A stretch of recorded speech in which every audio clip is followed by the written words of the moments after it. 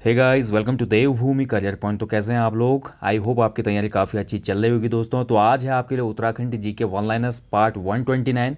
काफ़ी महत्वपूर्ण ये सेशन है दोस्तों, और सबसे महत्वपूर्ण टॉपिक मैं इसे मानता हूँ उत्तराखंड की प्रतियोगी परीक्षाओं के हिसाब से। उत्तराखंड जीके जिसको अपना मजबूत करना है तो ये सीरीज आपने जरूर देखनी है।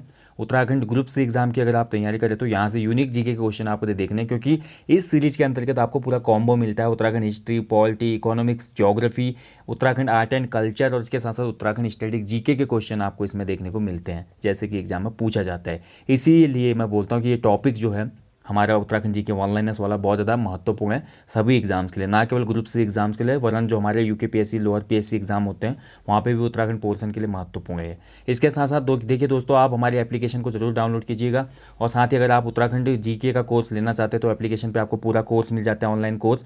अगर आप बैच ज्वाइन करना चाहते हैं तो जल्दी ही देखिए, एक बैच तो हमारा खत्म हो रहा है उत्तराखंड जीके ऑनलाइन कोर्स का, जल्दी ही दूसरा बैच भी शुरू होगा। और साथ ही हमारा सामान्य हिंदी का बैच शुरू होने वाला है 2 नवंबर से। अगर आप सामान्य हिंदी में महत्वपूर्ण टॉपिक हो जैसे पत्रकारिता, जनसंचार, हिंदी भाषा का विकास, उसके साथ साथ हमारी लिपि, बहुत से ऐसे टॉपिक है जो लूसेंट में नहीं दिए गए हैं, जो आपको समझ में नहीं आते, ठीक है। और बाकी टॉपिक भी जो है उनको भी इतने अच्छे से समझाया जाएगा कि आपका एग्जाम में क्वेश्चन गलत नहीं होगा। इसलिए 2 नवंबर से हमारा सामान्य हिंदी का बैच शुरू हो रहा है। अगर आप उसको ज्वाइन करना चाहते हैं तो चैनल पे एक वीडियो है सामान्य हिंदी ऑनलाइन कोर्स का, वो आप वीडियो देखिएगा, उसके बाद मैसेज कीजिएगा मैं 9760040434, ठीक है। या आप दूसरे नंबर पे भी कर सकते हैं मैसेज 7500010932। ये 2 नंबर है, यहाँ पे व्हाट्सअप मैसेज करके अधिक जानकारी आप ले सकते हैं। तो चलिए आज देखेंगे Uttarakhand GK one liners part 129। पहला क्वेश्चन आपके सामने है स्क्रीन पे दोस्तों। कत्यूरी काल में भागीरथी व यमुना के बीच का क्षेत्र क्या कहलाता था? तो जब कत्यूरी डायनेस्टी चल रही थी उत्तराखंड की धरती में दोस्तों, उत्तराखंड जीके ऑनलाइन कोर्स में आप पढ़ते हैं कत्यूरियों का जो शासन काल था इसको गोल्डन ईरा कहा जाता है, यानी कि स्वर्ण काल कहा जाता है। क्यों कहा जाता है? ठीक है, क्योंकि कत्यूरी शासन काल में दोस्तों बहुत अच्छे काम हुए थे। इसके साथ साथ स्थापत्य के भी बहुत अच्छे काम हुए थे, मंदिर वगैरह काफ़ी बने थे। कत्यूरी शासकों का जो शासन था ना वो धर्म शासन था, राम राज्य बोलते हैं ना, जैसे बिल्कुल प्रजा सुखी थी, इसमें बहुत खुश थी प्रजा, कोई दुख नहीं था प्रजा को, और सभी चीज़ें बहुत अच्छी थी, मतलब राजकीय जो नियम कानून थे सब चीज़ बढ़िया था। इसीलिए कत्यूरी काल को उत्तराखंड में गोल्डन ईरा भी कहा जाता है, स्वर्ण युग। और कत्यूरी काल में जो भागीरथी और यमुना के बीच का क्षेत्र था इसको एसाल विषय कहा जाता था, ठीक है, एसाल विषय। अब एसाल विषय क्या था भैया? तो एसाल तो पूरा एरिया हो गया, ये यमुना, और ये यमुना बह रही है फॉर एग्जाम्पल, कि ये यमुना है इस तरफ, ये भागीरथी है, इसके बीच में जो एरिया होगा इसको एसाल कहा गया, ठीक है। क्या कहा गया? एसाल, ठीक है। अब विषय क्या था? तो कत्यूरी शासन काल में जो जिले थे, जिलों को विषय कहा जाता था दोस्तों। जो जनपद थे ना, जनपद, जनपद या जिलों को विषय कहा जाता था कत्यूरी काल में, ठीक है। चलिए अगला क्वेश्चन देखते हैं। कुमाऊं गढ़वाल में नेपाल नरेश का प्रतिनिधि कौन होता था? तो देखिए, नेपाल नरेश नेपाल का प्रधानमंत्री तो नेपाल में ही रहते थे जब कुमाऊं में गोरखाओं का यहाँ पे अधिकार हो गया था, या गढ़वाल में गोरखाओं का अधिकार हो गया था।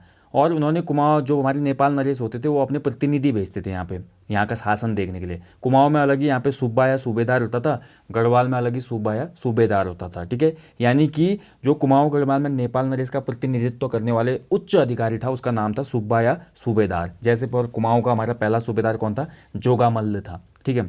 तो ये आपको महत्वपूर्ण एक पॉइंट है, याद होना चाहिए दोस्तों, एग्जाम में पूछे जाते हैं क्वेश्चन।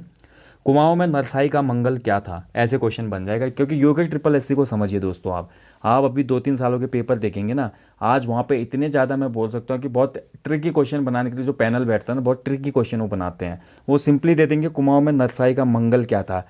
अब यहाँ पे सामूहिक हत्याकांड था, आंसर तो है सामूहिक हत्याकांड। अब ऑप्शन ऐसे आ जाएंगे, नरसाई का मंगल क्या था? एक प्रकार का कर था, ठीक है, एक प्रकार की छापा मार पद्धति का सूचक था, या सामूहिक हत्याकांड था, या नरसाई का मंगल एक प्रकार की रस्मो रिवाज था, या एक प्रकार का उत्सव था। ऐसे आ जाएगा। अब देखिए, उत्सव से बहुत मैच कर रहा है नरसाई का मंगल, ठीक है। लेकिन दोस्तों एक सामूहिक हत्याकांड था। जब कुमाऊं में गोरखा शासनकाल चल रहा था तो कुमाऊं के कुछ हमारी जो शाखाएं, पाली, पछाऊ वगैरह 12 मंडल, तो इन शाखाओं में नगरकोटी जाति के लोग रहते थे, नगरकोटी, ठीक है। नगरकोटियों की लंबी लंबी जुल्फें होती थी, बाल होते थे। तो नगरकोटियों से मतलब कुछ राजभक्ति पर यहाँ पर क्या हो गया, संदेह हो गया गोरखाओं को। उनको लगा कि भैया जो नगरकोटी जाति के लोग हैं ये कहीं ना कहीं हमारे पीछे पड़े हुए हैं, ठीक है। तो उस समय जो हमारा सूबा या सूबेदार था कुमाऊं का, नरसाई नामक व्यक्ति था, नरसा। तो नरसा ने क्या किया, जितने भी नगरकोटी थे उनकी गिनती करवाई और बोला भैया रातों रात इनको साफ कर दो, ठीक है, यानी कि कत्लेआम कर दो। और दिन कौन सा था? मंगलवार का दिन था। तो बहुत से नगर कोटियों ने बोला जाता है अपने बाल काट देते, क्योंकि बालों की वजह से पहचान में आते थे, वो लंबी जुल्फे थी उनकी, बाल काट देते हैं नगर कोटी लोग, ठीक है। इसके साथ साथ क्या होता है दोस्तों, कुछ नगर कोटी भाग जाते हैं रातों रात, कहाँ, तराई क्षेत्रों में, कुछ हाथ पड़ जाते हैं तो बेचारे मारे जाते हैं। और इसी घटना को नरसाई का मंगल बोला गया, क्योंकि बहुत से नगर कोटियों की हत्या कर दी गई इस दिन, और संयोग से उस दिन मंगलवार दिन था। इसके बाद इस काजी नरसिंह को हटा दिया जाता है यहाँ से, कुमाऊं के सूबा पद से नया व्यक्ति आता है फिर, ठीक है। तो ये एक सामूहिक हत्याकांड था जो कि मंगलवार को घटित हुआ था। इतना भयानक यहाँ पे देखे, जो हम बोल सकते हैं ना, बैकग्राउंड में अगर हम जाएं इतिहास में, तो गोरखाओं ने कितने भयानक यहाँ पे कार्य किए थे। इसी वजह से तो गोरखाओं के राज को गोरख्याली या गोरख्याणी कहा जाता है यहाँ पे, ठीक है। बहुत अत्याचारपूर्ण शासन रहा था। शैलेश मटियानी पुस्तक संग्रहालय कहाँ स्थित है? तो शैलेश मटियानी जो हमारा बुक म्यूजियम है दोस्तों, वो हमारा कहाँ पे है? रामगढ़ में है, ठीक है। तो लाइब्रेरी म्यूजियम भी बोल सकते हैं इसको। ये रामगढ़ में स्थित है हमारा, ध्यान रखेंगे, रामगढ़ यानी कि नैनीताल में। नैना देवी हिमालयी बर्ड कंजर्वेशन की स्थापना कब हुई थी? तो नैना देवी हिमालयी बर्ड कंजर्वेशन स्थापित हुआ था 2015 में। कहाँ पे लोकेटेड है? नैनीताल में लोकेटेड है, ठीक है, ध्यान रखेंगे। चलिए बढ़ते हैं अगले क्वेश्चन की तरफ। अल्मोड़ा के स्यालदी बिखौती मेले में प्रचलित लोकगीत कौन सा है? तो यहाँ पे 2 पॉइंट मिल गए आपको। एक तो पहला कि स्यालदी बिखौती मेला कहाँ पे लगता है? तो अल्मोड़ा जनपद में आयोजित होता है। इसके साथ साथ इस मेले की एक विशेषता ये दोस्तों, इस मेले में हमको एक लोकगीत देखने को मिलता है। यहाँ पे लोग गाते हैं इस गीत को, भगनौल जिसको कहा जाता है, ठीक है। तो भगनौल नामक लोकगीत इस मेले में काफ़ी प्रसिद्ध है। जैसे हम कुमाऊं के कुछ और मेले देखते हैं दोस्तों, जैसे ज्वार के मेले देखते हैं ना, तो ज्वार के मेले में हम देखते हैं ज़्यादातर हमको क्या देखने को मिलता है? चांचरी देखने को मिलती है, ठीक है। चांचरी लगती है वहाँ पे, रिंग डांस टाइप का होता है, गाते भी हैं और डांस भी होता है। झोगा चांचरी बोलते हैं, गढ़वाल में झोगा है, चांचरी है, चांदनी रात पे होता है। तो ये चीज़ें हमें मेलों में भी बहुत जगह देखने को मिलती है, हमारे कल्चर से जुड़ा हुआ क्वेश्चन है। तो स्यालदे बिकौती मेले में भगनौल गीत गाया जाता है, ठीक है। पंडित गोविंद बल्लभ राजकीय संग्रहालय कहाँ स्थित है? तो पंडित गोविंद बल्लभ का जो हमारा म्यूजियम है वो अल्मोड़ा में है, ध्यान रखेंगे। अगला क्वेश्चन है, देखिए, गोरखा काल में संपत्ति लेन देन हेतु रोपित कर क्या था? बहुत अच्छा क्वेश्चन है। तो गोरखा काल में जैसे हम जमीन की खरीद फरोख्त करते थे या संपत्ति की खरीद फरोख्त, जैसे कि मैं आपको बेच रहा हूँ, आप मेरे को बेच रहे हैं, गोरखा शासन काल चल रहा है इस टाइम पे, तो हम गोरखाओं को कौन सा टैक्स देंगे? हम पगड़ी या पगड़ी देंगे उनको, ठीक है। अब यहाँ पे पुंगाड़ी अलग चीज़ है, इसमें कन्फ्यूज ना होना आप, पुंगाड़ी अलग कर था और पगड़ी अलग कर है। तो पगड़ी या पगड़ी जो था दोस्तों, ये संपत्ति के लेन देन हेतु लिया जाता था उसमें। संपत्ति जैसे आज भी हम देखते हैं कि हम संपत्ति अगर ट्रांसफ़र करते हैं आज के टाइम पीरियड में, तो हम जाते हैं ना रजिस्ट्री वगैरह करने तहसील वगैरह में, तो रजिस्ट्री का हमको फ़ी पे करना पड़ता है गवर्नमेंट को। तो ऐसे ही यहाँ पे ये पगड़ी या पगड़ी देनी पड़ती थी। इसके यहाँ पुंगाड़ी अगर मैं बात करूँ तो पुंगाड़ी भूमि कर था, भूमि जो खेती होती थी, खेती पे भूमि पर लगने वाला टैक्स था पुंगाड़ी। तो पुंगाड़ी और पगड़ी या पगड़ी में आप कन्फ्यूज़ ना हो, ठीक है, अलग अलग है ये। इसके साथ साथ गोरखा काल में एक कर बहुत ज़्यादा इंपॉर्टेंट था दोस्तों, मेज़बानी दस्तूर। ये कर आप बहुत अच्छे से याद कर लें, मेज़बानी दस्तूर किसके लिए था ये? तो गोरखा लोगों ने लोकल पीपल को बोला, भैया तुम लोगों पे काफ़ी युद्ध वगैरह होते हैं और इन युद्धों से हम तुम्हारी क्या करेंगे? बचाएंगे आपको, कोई भी बाहर का आक्रमण आपको यहाँ पे छेड़ नहीं पाएगा, हम हमेशा आपकी यहाँ पे क्या करेंगे? रक्षा करेंगे। जबकि आंतरिक रूप से देखा जाए तो गोरखा ही सबसे ज़्यादा शोषण कर रहे थे प्रजा का, लेकिन बाहरी अटैकों से, जैसे कि हमारा नीचे तराई से हो जाता था रोहिल्ला अटैक, उसके साथ साथ हमारा सिरमौर से अटैक हो जाता था, ऊपर दापा से भी हो जाता था गढ़वाल क्षेत्र में। तो लोगों से बोला, भैया डरने की ज़रूरत नहीं है, सीमावर्ती क्षेत्रों वालों, हम तुम्हारी रक्षा करेंगे, बस आप हमें एक टैक्स दो, और इस टैक्स का नाम होगा मेज़बानी दस्तूर, ठीक है। जैसा कर हमारा सेम लिया जाता था ना मराठा शासन काल में, चौथ नामक कर था एक, चौथ और सरदेश कर होता था मराठा शासन में, वहाँ पे हमारा जनता से लिया जाता था उनकी रक्षा के लिए। उसी को यहाँ पे फॉलो अप लिया गोरखाओं ने, उन्होंने बोला लोकल पीपल से, भैया बचना है तो मेज़बानी दस्तूर दो, नहीं तो जब अटैक होगा हम तो नेपाल भाग जाएंगे, तुमको छोड़ जाएंगे उनके हवाले, ठीक है। तो ये चीज़ें थी, आपको पता होनी चाहिए, महत्वपूर्ण है दोस्तों ये पॉइंट। अल्मोड़ा में स्थित जो डोल आश्रम है दोस्तों, ये बेसिकली कहाँ पे स्थित है? लमगढ़ा में, ठीक है, लमगढ़ा, लमगढ़ा। और डोल आश्रम की स्थापना की थी कल्याण दास ने, महंत कल्याण दास, 1990 में। अच्छा क्वेश्चन है, याद कर लीजिएगा। चमोली से समाज नामक पत्र किसने संपादित किया था? बहुत अच्छा क्वेश्चन है दोस्तों, क्योंकि ये क्वेश्चन हमारा निकल के आ रहा है स्वाधीनता आंदोलन से। 1942 का टाइम चला था, उत्तराखंड में भी भारत छोड़ो आंदोलन का अच्छा खासा प्रभाव पड़ चुका था। इसी समय हमारे एक स्वतंत्रता संग्राम सेनानी थे राम प्रसाद बहुगुणा जी, इन्होंने 1942 में चमोली से समाज नामक पत्र निकाला था, जो कि हस्तलिखित था, यानी कि हाथ से ही लिखते थे लगाओ, अब हस्तलिखित पत्र होता था ये, ठीक है, बहुत इंपॉर्टेंट है, याद रखिएगा।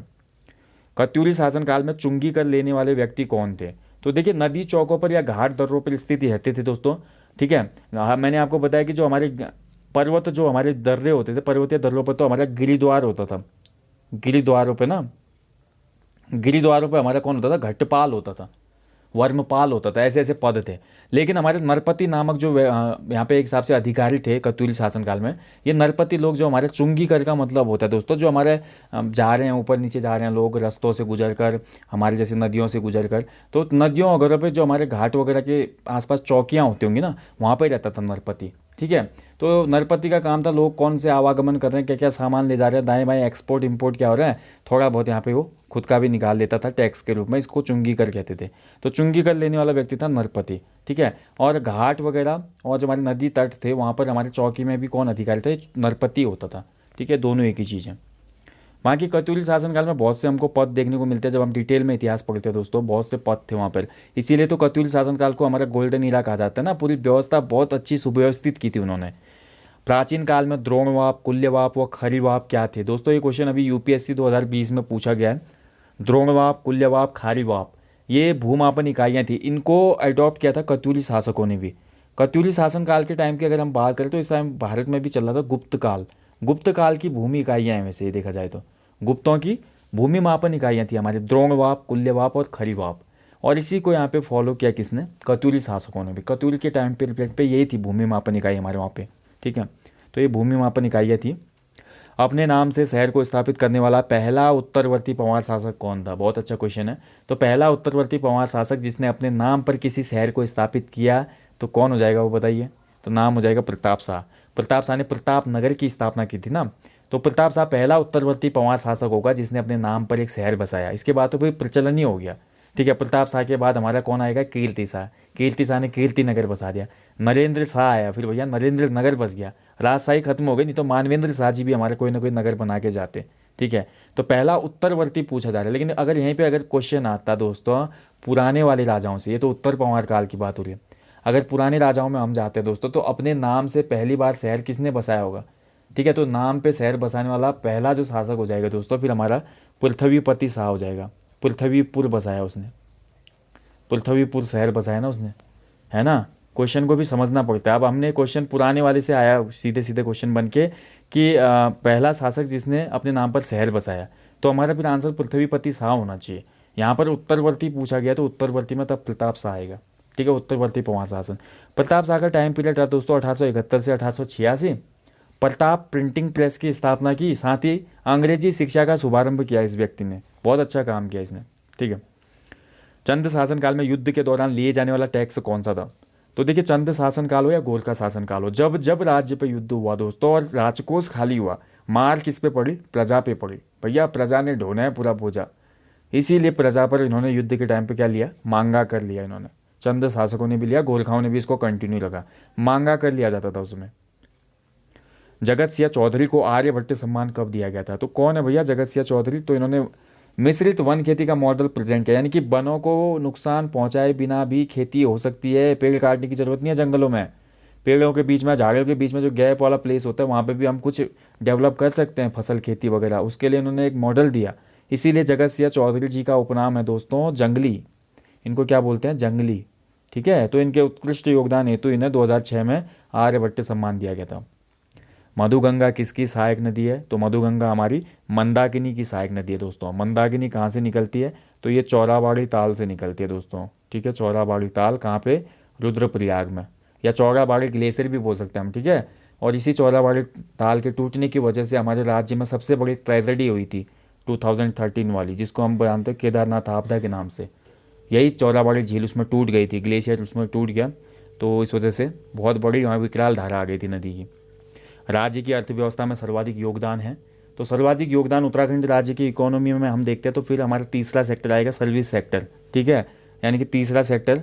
तो देखिए आपको पता है प्राथमिक 3 भागों में बांटा गया ना, प्राथमिक, द्वितीयक और तृतीयक।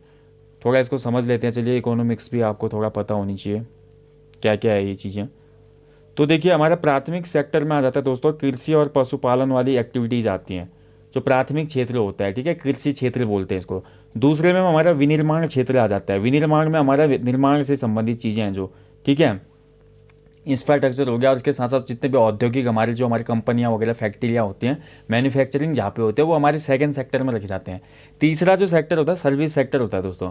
सर्विस सेक्टर में बहुत सी चीज़ें आ जाती है, जैसे आप ऑनलाइन सर्विस दे रहे हैं, बैंकिंग की सर्विसेज हो गई, LIC हो गई, बहुत सी चीज़ें, मतलब सर्विस सेक्टर, सेवा क्षेत्र। तो सेवा क्षेत्र टूरिज्म हो गया, टूरिज्म भी क्या हुआ, एक सेवा क्षेत्र ही हुआ। कृषि और विनिर्माण में नहीं आएगा वो, ठीक है, वो हमारे तीसरे सेक्टर में आएगा, क्योंकि हम सर्विस दे रहे हैं ना।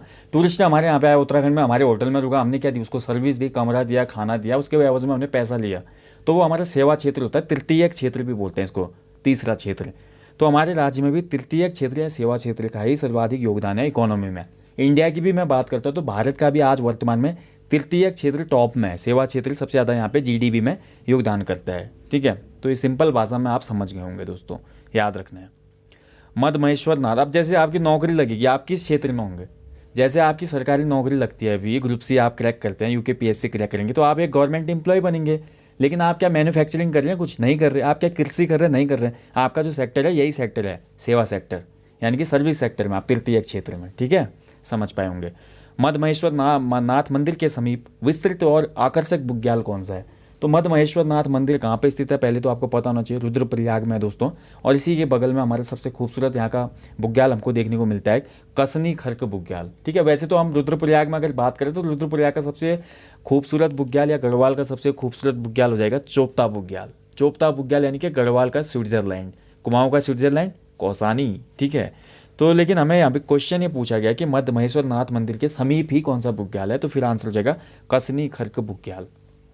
चलिए अगला क्वेश्चन है, रानीखेत को विश्व का सर्वोत्तम हिल स्टेशन किसने कहा था।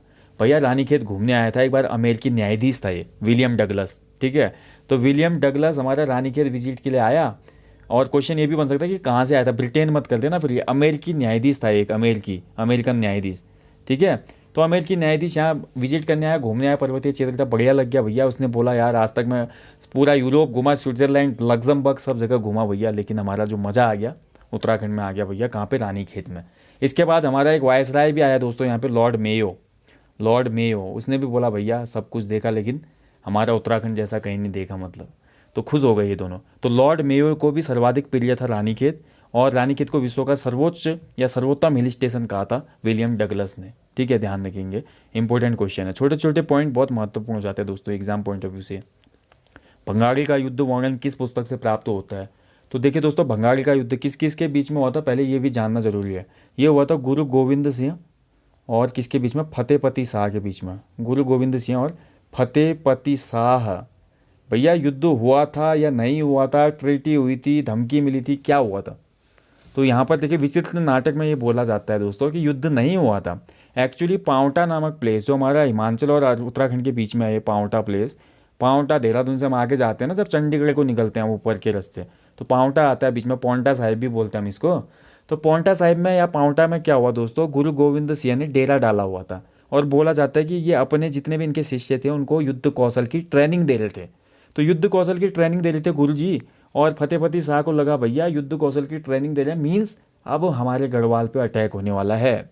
तो इसीलिए दोस्तों यहाँ पे कन्फ्लिक्ट हो गया दोनों के बीच में, भैया आमने सामने हो गए दोनों, गुरु गोविंद सिंह जी और यहाँ से फतेहपति शाह। फतेहपति शाह को हम यहाँ पर गलत बोल ही नहीं सकते, बिकॉज फतेहपति शाह ने तो हमारे सिख गुरु राम राय को, हम गुरु राम राय जो है उनको गाँव भी दान में दिए थे ना, लेकिन कहीं ना कहीं अपने राज्य की चिंता राजा को सताती है, तो हमारे गुरु जी से भिड़ने के लिए चले गए ये फतेहपति शाह। लेकिन वहाँ पर गुरु जी ने बोला इनको, भाई फतेह शाह कहाँ आप लड़ने के लिए आ रहे हो, हम तो यहाँ पे ऐसे ऐसे करने आए थे, युद्ध कौशल की ट्रेनिंग ले रहे थे और अच्छे से हम यहाँ पे ट्रेन कर रहे थे, आप हमारे राज्य, आपके राज्य से हमें कोई मतलब नहीं है। तो बोला जाता है फिर आपस में वार्तालाप हुआ, दोनों के बीच यहाँ पे संधि हो जाती है, युद्ध हुआ ही नहीं था, मतलब लेकिन युद्ध होने की स्थिति हो चुकी थी ना, इसीलिए इसको हम बोलते हैं भंगाली का युद्ध, लेकिन युद्ध नहीं हुआ, वार्तालाप से खत्म हो गया युद्ध। तो ये पूरी कहानी है, विचित्र नाटक जो है हमारे गुरु गोविंद सिंह जी की, इसमें पता चलता है इस बात का। जौनसार बावर का वीर केसरी मेला कब आयोजित होता है, तो वीर केसरी चंद आप जानते हैं, जौनसार बावर के एक फेमस स्वतंत्रता संग्राम सेनानी दोस्तों, जिन्होंने अपना बलिदान दिया।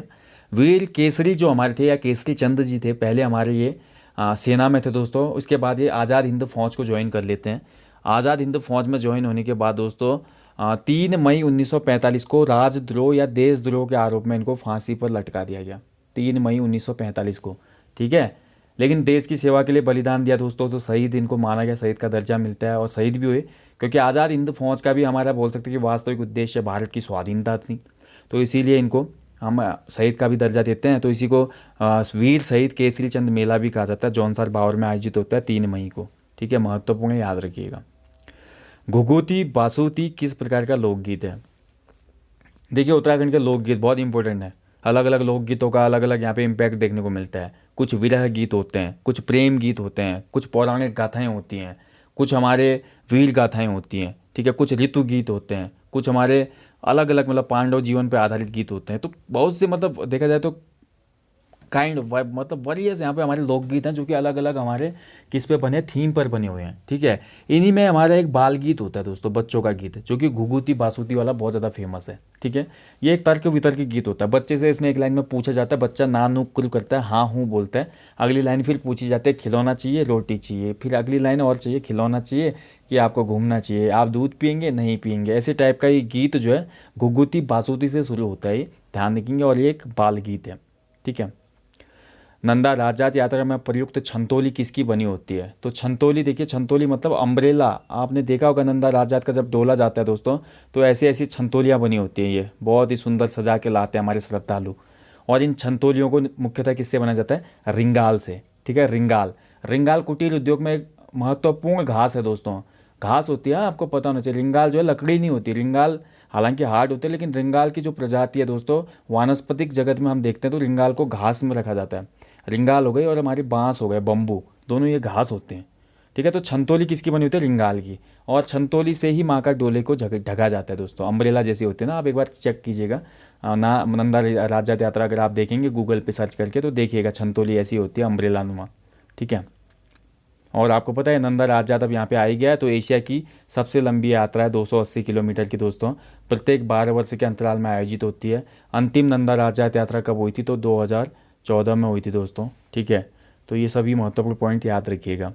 और कहाँ से शुरू होती है? तो नौटी गांव चमोली से शुरू होती है। कहाँ ख़त्म होती है? तो होमकुंड में ख़त्म होती है, होमकुंड चमोली में, ठीक है। कैसी यात्रा है भैया? तो हमारी मैया जी जाती हैं मायके से ससुराल, ठीक है। तो माँ के मायके से ससुराल जाने की पूरी यात्रा है ये।